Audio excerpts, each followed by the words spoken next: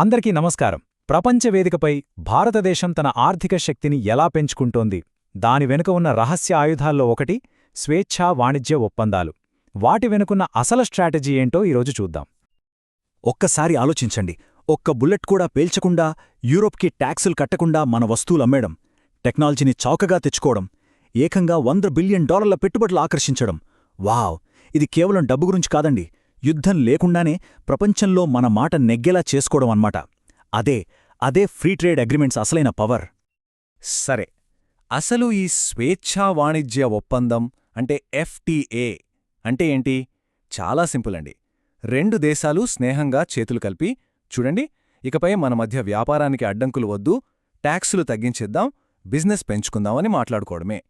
ఒక స్నేహపూర్వక హ్యాండ్షేక్ లాంటిదన్నమాట. సరే, ముందుగా ఈ స్వేచ్ఛా వాణిజ్యం యొక్క శక్తి ఏంటో చూద్దాం. ఇది కేవలం మన దేశానికి సంబంధించిన విషయం కాదు, ఇదొక గ్లోబల్ ఫినామినన్. అసలు ఈ వాణిజ్య ఒప్పందాల కథ ఎప్పుడు మొదలయ్యిందంటే సెకండ్ వరల్డ్ వార్ తర్వాత. అప్పుడు దేశాలన్నీ ఒక పెద్ద పాఠం నేర్చుకున్నాయి. ఏంటంటే, ఒకరితో ఒకరు వ్యాపారం చేసుకుంటే గొడవలు, యుద్ధాలు తగ్గుతాయని. అలా పుట్టిందే గ్యాట్, అంటే టారిఫ్లు, ట్రేడ్పై ఒక జనరల్ అగ్రిమెంట్. అదే 1995లో వరల్డ్ ట్రేడ్ ఆర్గనైజేషన్ అంటే WTOగా మారింది. కాని ఇన్ని దేశాలు కలిసి ఒక ఒప్పందానికి రావాలంటే చాలా టైం పడుతుంది కదా. అందుకే దేశాలు తెలివిగా ఆలోచించాయి. అందరి కోసం ఎందుకు వెయిట్ చేయటం, మనమిద్దరమే మాట్లాడుకుందాం అని చిన్న చిన్న ఫాస్ట్ అగ్రిమెంట్స్ వైపు వెళ్లాయి. అలా మొదలైన ఈ ట్రెండ్ ఎంతలా పెరిగిందంటే ఈరోజు ప్రపంచవ్యాప్తంగా 350కి పైగా ఫ్రీ ట్రేడ్ అగ్రిమెంట్స్ యాక్టివ్గా ఉన్నాయి. అంటే ఆలోచించండి, దాదాపు ప్రతి దేశం ఈ వాణిజ్య నెట్వర్క్లో భాగమే. ఇప్పుడు గ్లోబల్ ఎకానమీ నడిచేదే ఇలా. సరే, ఇంత పెద్ద గ్లోబల్ గేమ్లో మన ఇండియా స్టోరీ ఏంటి? ఒకప్పుడు మనల్ని మనం కాపాడుకునే స్థితి నుంచి ఇప్పుడు ఒక శక్తిగా ఎలా మారామో చూద్దాం. 1991కి ముందు మన ఎకానమీని ఓ మూసేసిన కోటలా ఊహించుకోండి. బయటనుంచి ఏదీ లోపలికి రాకుండా పెద్ద పెద్ద ట్యాక్సుల గోడలు కట్టాం. కానీ దానివల్ల ఏమైంది? మన పోటీతత్వం దెబ్బతింది. ఇక 1991లో ఆ కోట తలుపులు తెరుచుకున్నాయి.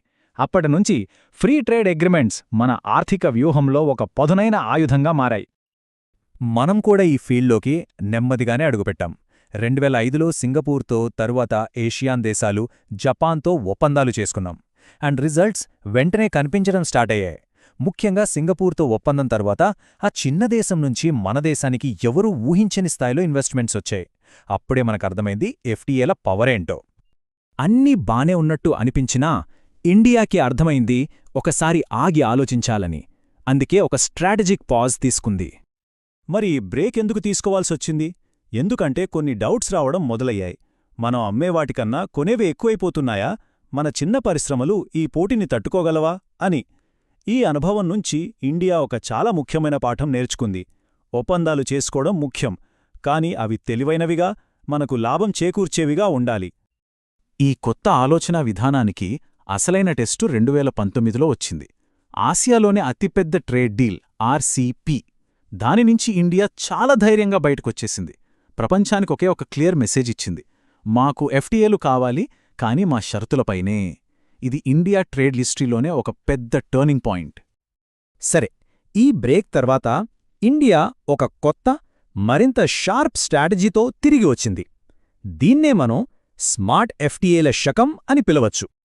ఈ కొత్త స్మార్ట్ FTA స్ట్రాటజీ వెంటనే సక్సెస్ అయింది. మారిషస్, UAE, ఆస్ట్రేలియా ఇలా లైన్గా సక్సెస్ఫుల్ డీల్స్. UAEతో అయితే జస్ట్ ఒక్క ఏడాదిలోనే మన ట్రేడ్ $85 బిలియన్ దాటేసింది. ఇది కొత్త స్ట్రాటజీ పవరెంటో చూపిస్తుంది. ఈ కొత్త స్ట్రాటజీకి ఒక కిరీటం లాంటిది రీసెంట్గా జరిగిన ఈఫ్టా ఒప్పందం. స్విట్జర్లాండ్, నార్వే లాంటి యూరోపియన్ దేశాలతో జరిగిన ఈ డీల్ కేవలం ట్రేడ్ గురించి కాదు. దీని ద్వారా ఆ దేశాలు మన దేశంలో, వినండి, ఏకంగా $100 బిలియన్ ఇన్వెస్ట్మెంట్ పెట్టడానికి ఒప్పుకున్నాయి. ఈ EFTA ఒప్పందంలో ఒక విప్లవాత్మకమైన క్లాజ్ ఉంది. అదేంటంటే, ట్రేడ్తో పాటు 15 ఏళ్లలో $100 బిలియన్ ఇన్వెస్ట్మెంట్ పెట్టాలి. ఒకవేళ వాళ్లు ఆ మాట మీద నిలబడకపోతే ఒప్పందాన్ని మళ్లీ రివ్యూ చేసే హక్కు మన ఇండియాకి ఉంటుంది. ఇది మునుపెన్నడూ లేనిది. ఇది ఇండియా కొత్త కాన్ఫిడెన్స్కి, బార్గెనింగ్ పవర్కి నిదర్శనం. సరే, అంతా బానే ఉంది. మరి భవిష్యత్తేంటి? ట్రేడ్ రంగంలో మన ముందున్న దారేంటి? అయితే ఒక విషయం గుర్తుంచుకోవాలి. ఈ ఒప్పందాలు ఒక కత్తికి రెండు వైపులా పదునులాంటివి. ఒకవైపు ఎగుమతులు పెరుగుతాయి, జాబ్సొస్తాయి, ఇన్వెస్ట్మెంట్సొస్తాయి. ఇవన్నీ మంచి విషయాలే. కానీ మరోవైపు మన రైతులు, చిన్న పరిశ్రమలు విదేశీ పోటీని తట్టుకోగలరా అనే భయం కూడా ఉంటుంది. అందుకే ప్రతి ఒప్పందంలోనూ ఈ బ్యాలెన్స్ సాధించడమే అసలైన ఛాలెంజ్. ప్రస్తుతం మనం యూకే, కెనడా, యూరోపియన్ యూనియన్తో సహా చాలా దేశాలతో చర్చలు జరుపుతున్నాం. యూరోపియన్ యూనియన్తో జరిగే డీల్నైతే మదర్ ఆఫ్ ఆల్ ఎఫ్టీఏలు అని కూడా అంటున్నారు. ఇకపై ఈ ఒప్పందాలను కేవలం డబ్బు కోసమే కాదు, trade plus trust plus technology అనే మంత్రంతో మన దేశ భద్రత, వ్యూహాత్మక సంబంధాల కోసం కూడా వాడుతున్నాం.